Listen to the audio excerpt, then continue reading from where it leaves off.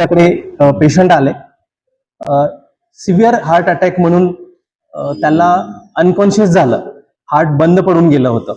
तर पेरिफेरीच्या हॉस्पिटलमध्ये सीपीआर दिलं गेलं.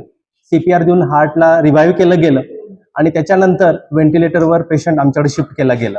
आमच्याकडे आले त्यावेळी हार्टचं पंपिंग फक्त 25% होतं.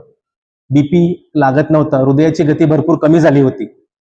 आम्ही लगेच डिसिजन घेतलं की पेशंटला कॅथलॅबमध्ये शिफ्ट करायचं आहे. हृदयाची गती वाढवण्यासाठी पेसमेकर टाकण्यात आलं आणि अटॅक जे आलेला आहे गोष्ट आहे ते शोधण्यासाठी म्हणून एन्जिओग्राफी केलं. एन्जिओग्राफीमध्ये क्रिटिकल ब्लॉकेज सापडले गेले लेफ्ट अँटेरियर डिसेंडिंग मध्ये. आतमध्ये रक्ताच्या गुठळ्या बनल्या होत्या, त्या रक्ताच्या गुठळ्या शोषून घेण्यात आल्या आणि एन्जिओप्लास्टी झाली.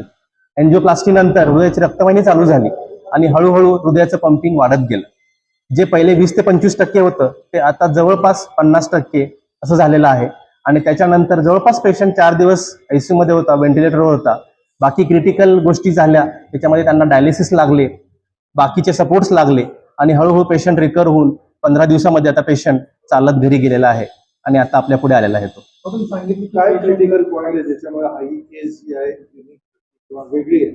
ओके, याच्यामध्ये patient was declared, almost declared in that hospital, but they tried for CPR. They given CPR for 5 to 10 minutes. After that, the pulse was come, and then he shifted to our hospital. So असं समजा की हा चमत्कार आहे, नवीन जीवदान भेटलंय पेशंटला. त्याच्यानंतर जो डॅमेज झालेला असतो हार्टचा तो रिकव्हरी होण्यासाठी भरपूर वेळ लागते. बऱ्याच वेळा ह्यातून रिकव्हरी होत पण नाही. त्याला आम्ही मल्टी ऑर्गन डिस्फंक्शन असं म्हटलं जातं. किडनी खराब झालेले आहेत, श्वास घेतल्यानंतर सुद्धा ऑक्सिजन लेवल वाढत नाहीये, मेंदूला रक्त सप्लाय नाहीये म्हणून पेशंट अनकॉन्शियस आहे, रक्तामधलं ऍसिड वाढून गेलेलं आहे आणि बीपी कमी असताना डायलिसिस पण करू शकत नाही. म्हणजे ते हात आमचे पण बांधले गेलेले असतात की काहीच करू शकत नाही. तर अशा वेळी सीआरआरटी दिलं गेलं, mechanical ventilation with pressure support दिलं गेलं.